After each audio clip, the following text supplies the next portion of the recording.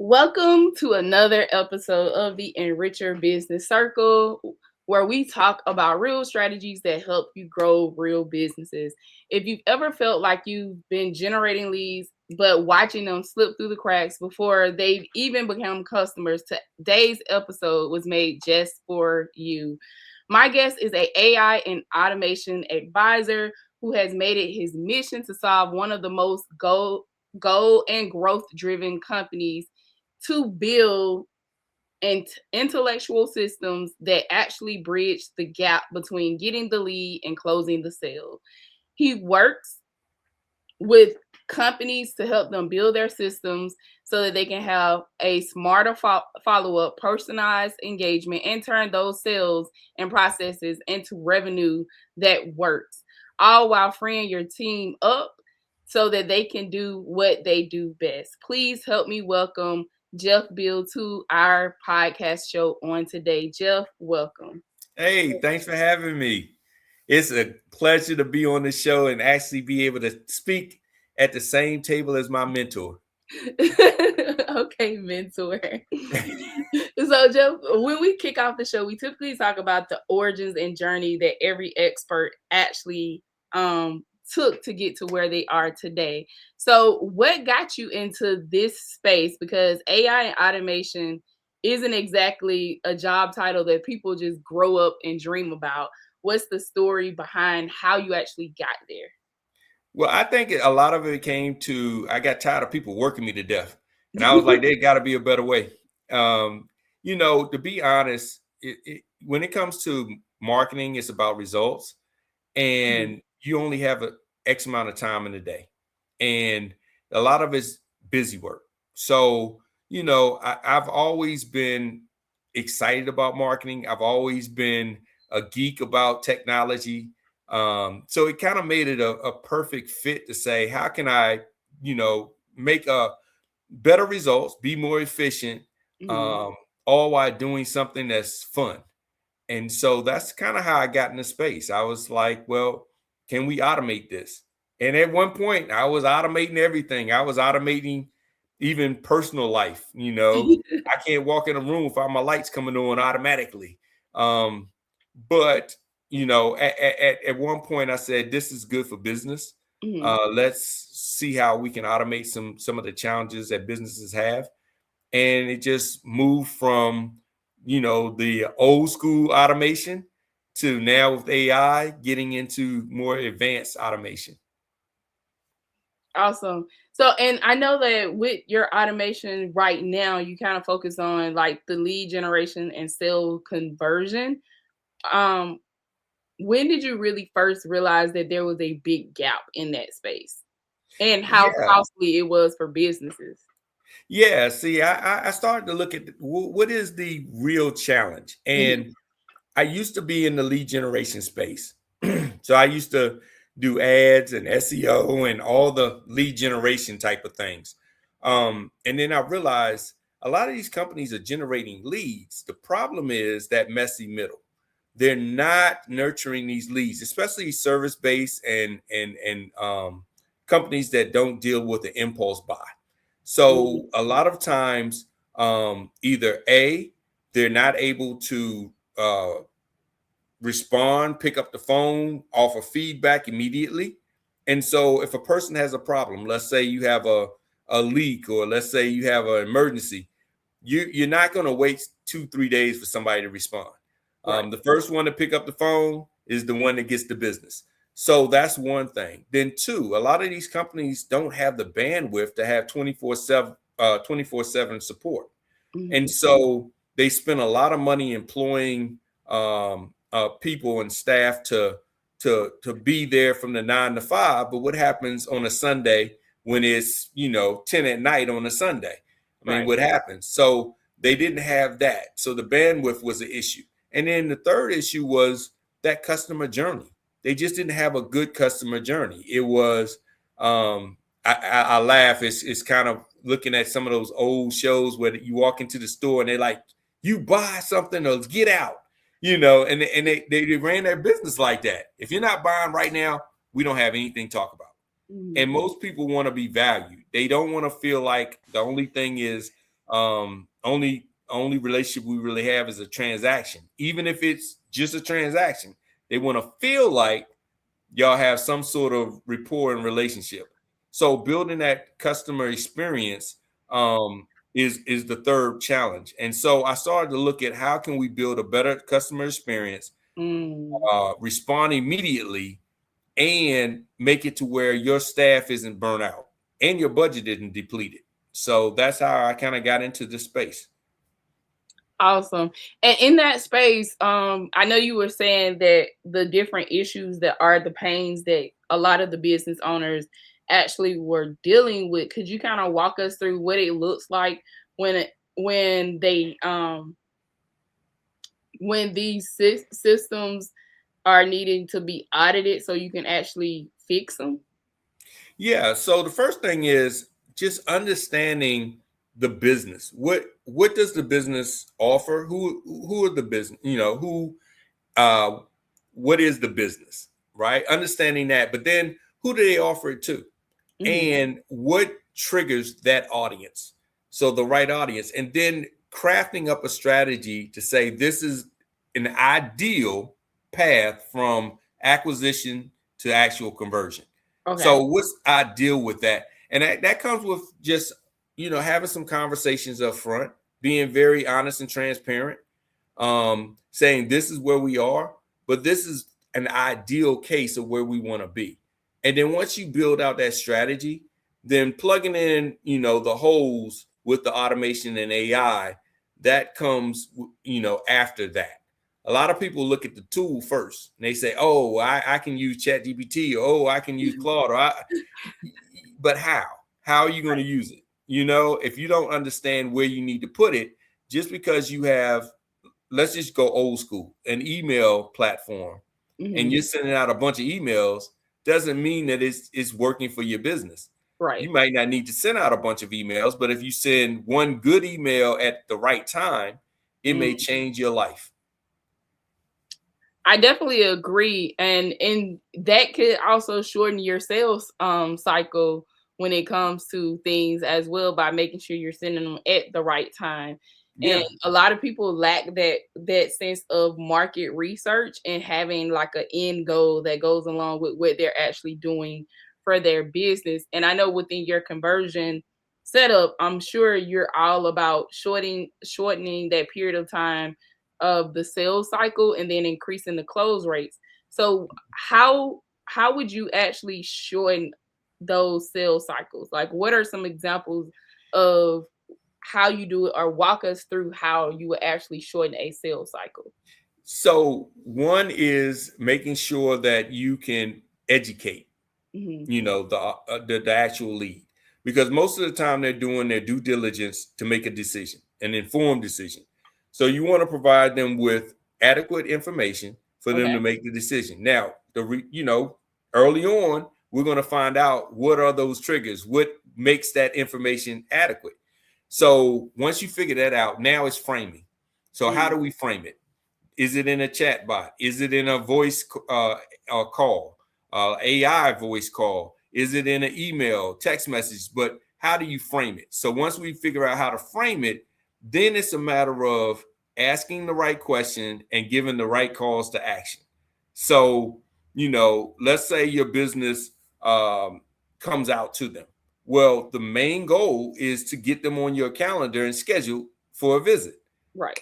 So what will make somebody schedule for a visit? Well, we find out what their pain is. So for instance, let's just use a dentist.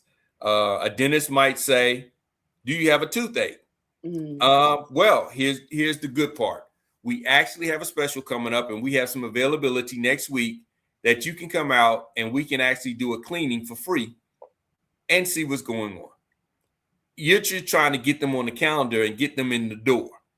Now we can go the old school way and we can just do an ad and then they fill out a form and then somebody eventually emails them back or eventually gives them a call, or they call and the receptionist is on the phone and they click over and now they talk to you on the phone. They're trying to rush you off the phone because they got other calls and they got other things to do because they're the only one in the office at the time behind the desk. We can go that route, or we can say, here's the the main questions. You know, what kind of problems are you having? If you are, do you have any pains? Do you have insurance? Blah, blah, blah. All the questions you need to get out the way. But you are now pushing them to say, yeah, let's schedule this free cleaning next week. Right. And here's our availability. So now your team, all they have to do is make sure that you check your calendar. Now, if you're not checking your calendar, there's nothing I can do for you. But, you just have to check your calendar and show up. And that's the real goal that I have for the companies I work with, that all you need to do is show up, and then you do what you do best.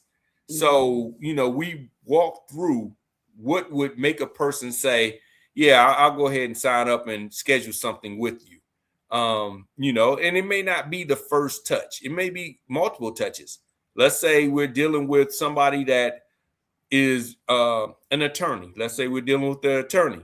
You may say, hey, we have availability, but they may be on the fence and want to see who's the best attorney for them. Right. Well, if we've tagged them and we know what they're interested in, the very next thing after that initial communication, send them information about what they're interested in. If they were in a car accident, send them information of, here's the top 3 things that you need to do once you're in a car accident.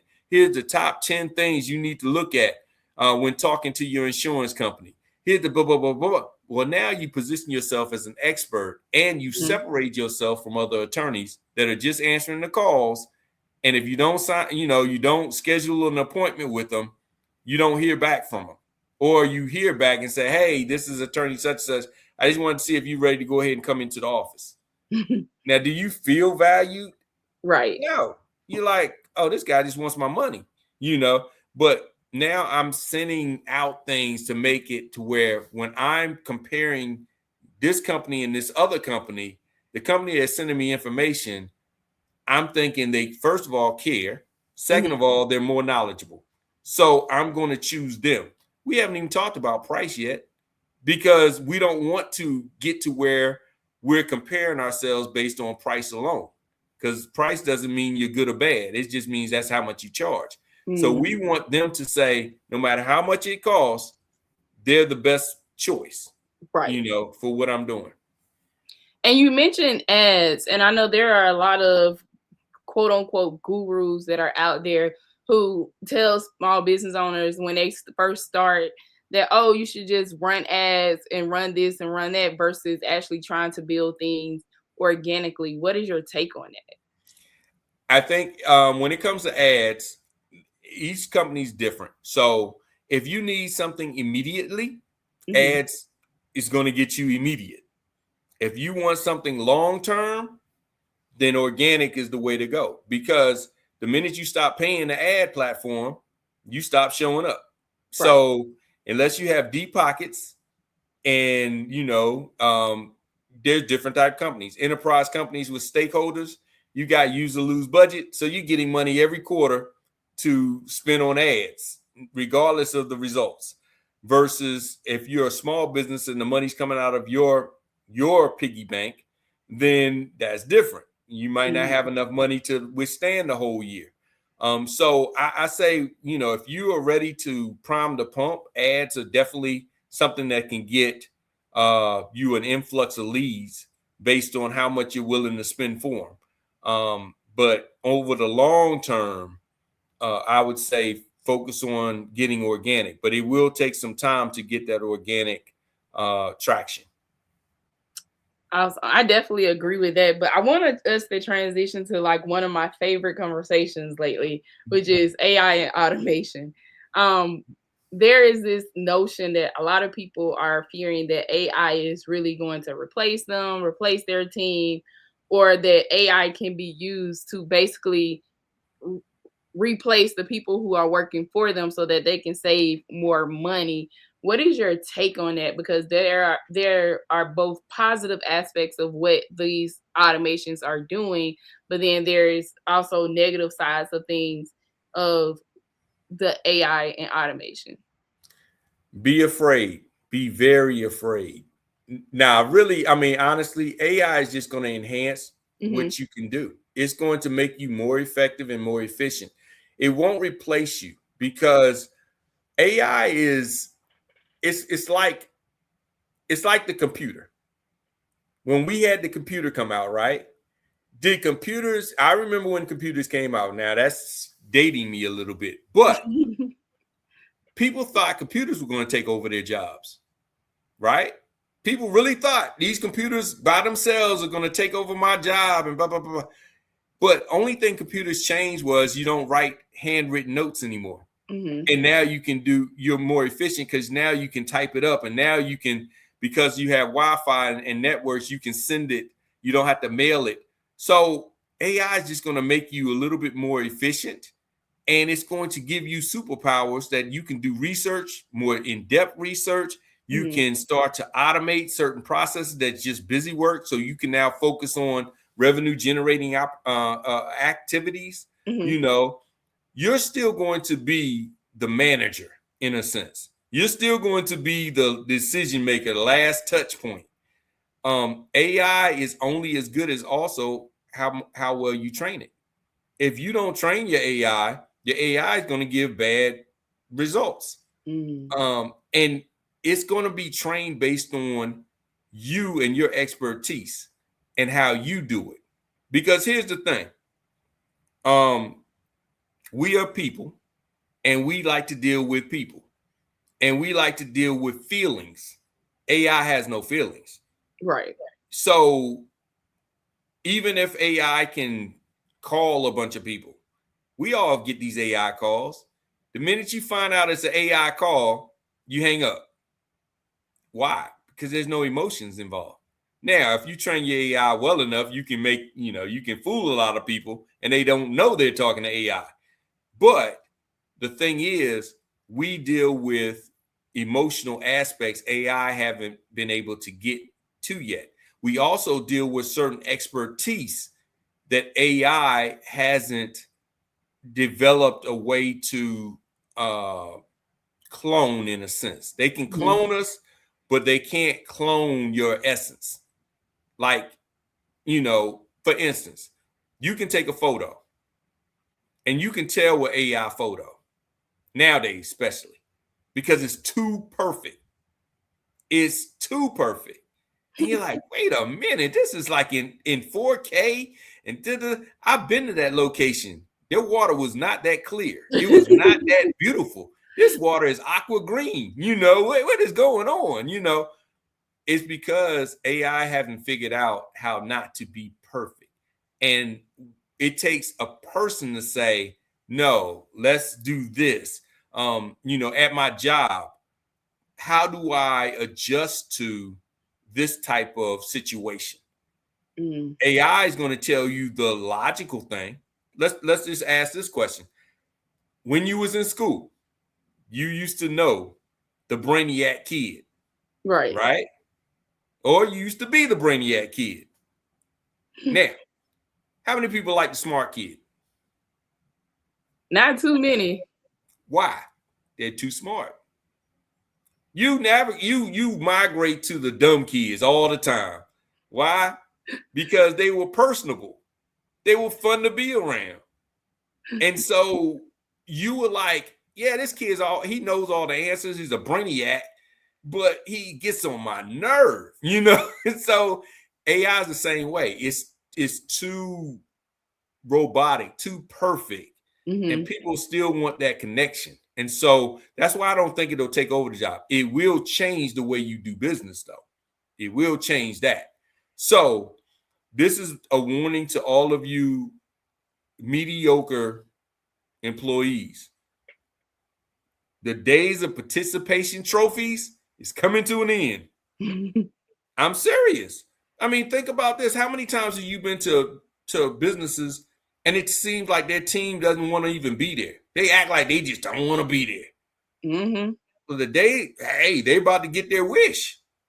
Because it won't be based on we can't fill the seat. We can fill the seat, but what we can't fill is your personality. You've been to businesses where you went and the person isn't the best employee, but they had a personality that people just gravitated toward, and they were kept on because people just liked them.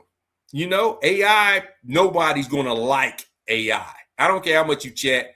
And for all of them that got those AI girlfriends and boyfriends, those AI with companions, it's still not the same. You know, you still want to have that connection. So I don't think that people are going to worry about losing their job. Mm-hmm. I think they're going to have to, like we always have had to, evolve in their job. I think there is going to be a struggle in evolving, because I don't feel like some people are going to evolve quick enough to the changes that are actually taking place. Yeah. Because, for example, I know me and my husband went to this restaurant that's here, and they have this little robotic AI thing that picks out the tray and bring them to your table number, and it literally stops right in front of your table, so you can just pull your food off of the actual robot thing. So it versus you having a waiter delivering the food to your table. So there are things that are going to change versus you just having to deal with certain stuff from bad employees. So I think that's going to be a part. Those who lose their jobs will probably be the ones with bad attitudes and the ones that refuse to learn. No participation trophy. No participation trophy. I'm saying, if you know, the reason they came with those robotic waiting staff is because people were complaining about the waiting staff. They're not coming to get my order. They're not. But when the bill come, here they come. They stand all over my shoulder, making sure I give them a tip. And why am I giving you a tip? Because you didn't bring out the drink I ordered. I had to ask you twice about the appetizer, and it's because of poor business. And but you have been to places that has a staff member that's personality is so great. Let's just use the latest trend, Mr. Tenderism. Walt's personality is what gets him. Because honestly, the majority of the world have never tasted his food. They've seen his videos, and they've seen people that have tried to do his videos. And AI can definitely mimic and clone his videos and do the same thing. But when he came here to Atlanta, there were people out in the streets around the corner to meet Mr. Tenderism. And he wasn't cooking. He wasn't cooking anything. It wasn't his restaurant. He just was showing up. And that's because of personality. So we can AI him all day and night. And you've seen that the old owner of was it Destination Smokehouse tried to replace him, but couldn't, because we fell in love with his personality. We fell in love with him. And the same thing, we can clone him AI all day and all night, but when it comes to him showing up at a location, us having a robot or us having a computer screen to look at him talk to us over Zoom is not going to be the same. Right. So he's very secure in what he does. But like you were saying, there's a lot of businesses that will change, but they were going to change anyway. And I like to touch on that just a minute. Okay. We are in corporate America. Let's not act like AI is losing our jobs. They were laying us off every Thanksgiving anyway. That's corporate America. They're trimming the fat. They're looking at how the upper echelon can get more, the stakeholders can get more, but the lower level employees, they don't care about. And they're trying to figure out how to trim that fat. That was way before AI. Right. You know what I'm saying? Now they figured out AI can help them trim some of the fat, but there'll still be certain employees that'll be essential because that employee has something that they can't replace. It's sort of like, and I'll go for those that are in corporate America. When they bring in somebody for you to train, all of a sudden, you already know. You know what I'm saying? You already know. It's like, wait a minute, I'm training this new guy to come in, and literally this new guy's going to take my job because he's getting paid less, and I'm going to train him. So what do you do in corporate America? First of all, you don't give him all the information that you know, so you don't dump everything into him. Second of all, you give him false information so he mess up so you can secure your job. Same thing with AI. You're not going to give AI all your information. You're going to give pieces and bits, AI will then start to search to try to find the gaps. But if you're not giving it enough to replace you, it's still not going to know what you know. It's going to know what you give it. And of course, it can search the web and search documents and blah, blah, blah, but it's still only going to know what you give it. And there's certain things I can tell you what to say, but I can't tell you how to say it. Right. I can tell you the exact script, but you might not have that fire and that energy that I have when I say it. And so AI is not going to be able to mimic that unless you train it, which is something I help people do, to train it as much as possible. But like I said, those people that are going to lose their job, it's not because of AI. It's because corporate's going to figure out a way to replace you. Before AI, what was it? It was Fiverr. Before AI, it was outsourcing it to overseas. Before AI. And it was just, they were trying to trim the fat. But those that learned how to evolve, they made it past that outsourcing phase that we went through. They figured out other ways to make a life for themselves outside of depending on this one job to keep them sustained. So that's what we're just going to have to do. We're just going to have to evolve. And it's going to open up a lot of doors for us to evolve on our own because AI is open and available to everybody. So you don't have to have a big budget to use AI. You don't have to have any budget to use AI, as long as you can get on a phone or a computer, you know? Yeah, I definitely agree. And then I think that the replacement part in AI trying to learn everything that you do, because we're critical thinkers by nature, I think those who actually use critical thinking will have a stronger standpoint and be able to withhold their jobs and probably even get a pay increase by being able to think critically with using AI, because they'll be able to find other solutions outside of what's going on as well. Yep. And the beautiful thing about what you just said, fire me. I'm going to come back as a consultant because you're going to mess up the AI because you're not, you know, Rodrika, you know, AI moves so fast. Yeah. There's no way you can learn all of it. And they're going to mess it up. And when it hiccups, it's going to hiccup big. Because AI is going to, if they are fully leaving it in the hands of AI with no monitoring and no management, it's going to hiccup big. And once it hicks up big, they're going to be looking for consultants to come in and fix it. Yeah, that's definitely true. And that it really leads me to my next question of the biggest mistakes that you see companies doing when it comes to implementing automation for themselves, that do it yourself mentality versus actually getting an expert-led approach to it. What's your full take on that? That set it and forget it attitude can put you out of business. I'm going to be honest with you. It's the difference between going and taking your car to a mechanic and popping the hood and trying to fix it yourself with no experience. The majority of people are going to say, oh, it's so easy. My kids, they play with AI and blah, blah, blah, blah. And they're going to try to do it themselves. And they're not going to look at security issues. They're not going to look at intellectual property issues. They're not going to look at just the way AI's algorithms work and how certain AI works better than other AI in different areas. They're not going to know all that stuff. They're going to say, I got ChatGPT and ChatGPT can do it all. And they're going to cripple their business. It really will, because especially those that get into the agents, the AI agents. Like, let's just use, what is it? Co-work from Claude, and then you've got OpenClaw from OpenAI, that can go into what we call God mode. That literally can think and execute by itself.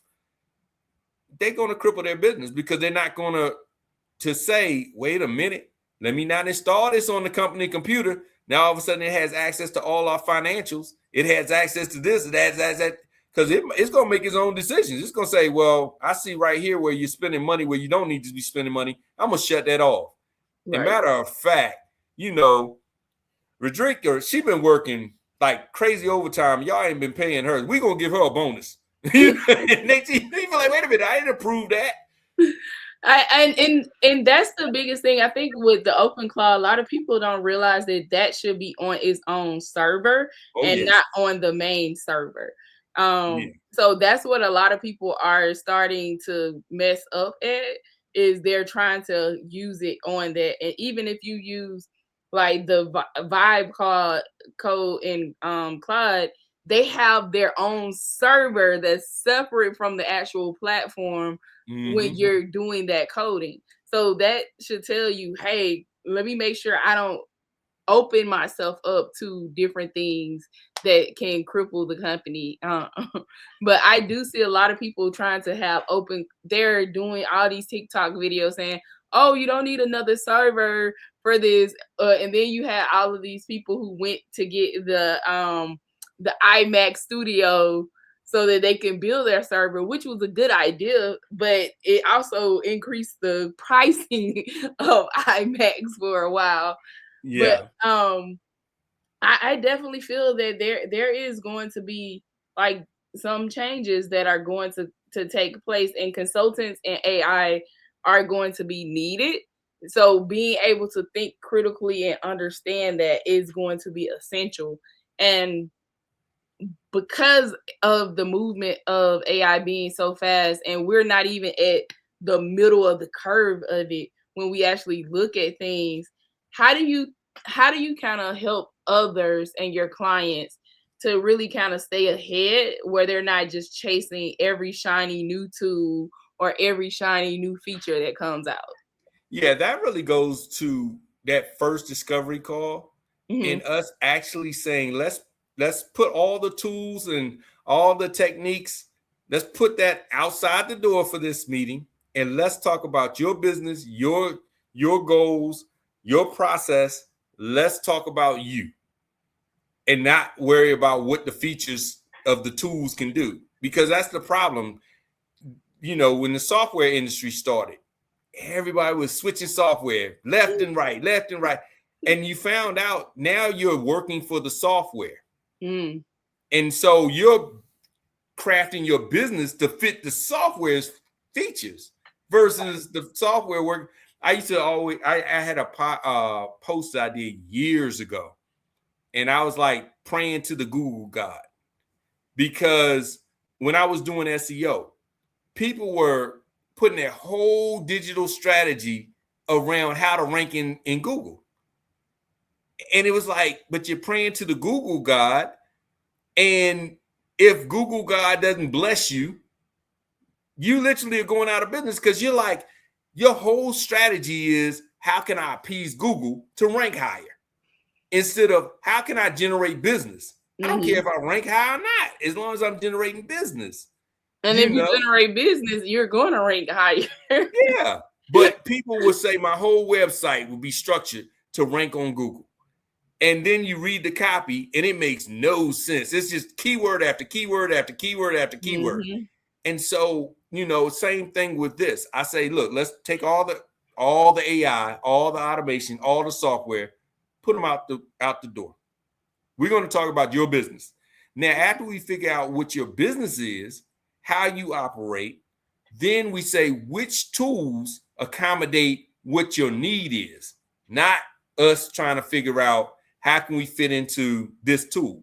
And Right. so that's how I do that. Now, I say it as if it's easy, because it is retraining their way of thinking, because they've been so used to fitting in the box of whatever tool they're trying to use. So it is changing a mindset of, let's just look at us first. Hmm. And now we'll go out here and say, oh, we need this tool for that. And we need that tool for something else. And then putting it all together. Because you might have one tool that can do it all, or you might have to piece together different tools for different aspects. But Right. we'll know that after we figure out what we're doing first. I definitely agree. I do something similar where I do a company audit, and I audit all the systems to see what tasks are being repeated through the process, Yeah. and to really want to help them also find the bottlenecks that they may have. But I want to go to our rapid fire round. So I have 5 questions, and you just give me your first answer that comes to mind. Do I win a prize? First question. Best AI tool for business owners that they should use today that is not ChatGPT. Manus. But I've heard Meta is good too. I haven't used it yet. So, but for right now, I would say Manus. Okay. Which is owned by Meta. So probably the same thing. Biggest CRM mistake that you see people do over and over again? Not being led by the data. Sales is still a people's game. True or false? True. One metric every business should be obsessed with, but isn't. Sales. And finish this sentence. The future of sales belongs to businesses that learn to adapt and evolve. Okay. And so the last question for the show is, what's the one shift in thinking, not a tool, not a tactic, that you believe would change the revenue trajectory of most businesses who maybe business owners who are listening right now? Understanding and clarity. Understanding and being very clear of who you are, what you offer, and the needs of who you offer it to. Awesome. So, Jeff, thank you again for being a part of the show. And today has definitely been a master class. And I know our listeners are going to walk out the day or through the night thinking about the differences of their sales processes after actually listening to this episode. But before we go, could you tell everyone where they can find you and connect with you and learn more about what you do? Sure. They can find me with Mr. Marketology. That's I see it on the screen, but MR, then MARKETOLOGY. It's MrMarketology.com, and then on all the socials is Mr. Marketology. So you can find me that way. Love to talk with you, do a free assessment for you, and then we can see, like you say, where the bottlenecks are, where we can plug in the pieces and make it work for you. Awesome. And to all of our listeners, please make sure you leave us a review on the podcast. I make sure I read every review. And if you have been generating leads and watching your revenue basically leak out before closing deals, now you know that that's not a hustle problem, it's a system problem. And Jeff is here to show you exactly how to fix it. So thank you for being a part of the Enricher Business Circle. Make sure you subscribe, share, and like this episode, and share it with those who are founders and sales leaders who need to hear it. And we'll see you in the next episode. Keep enriching your business.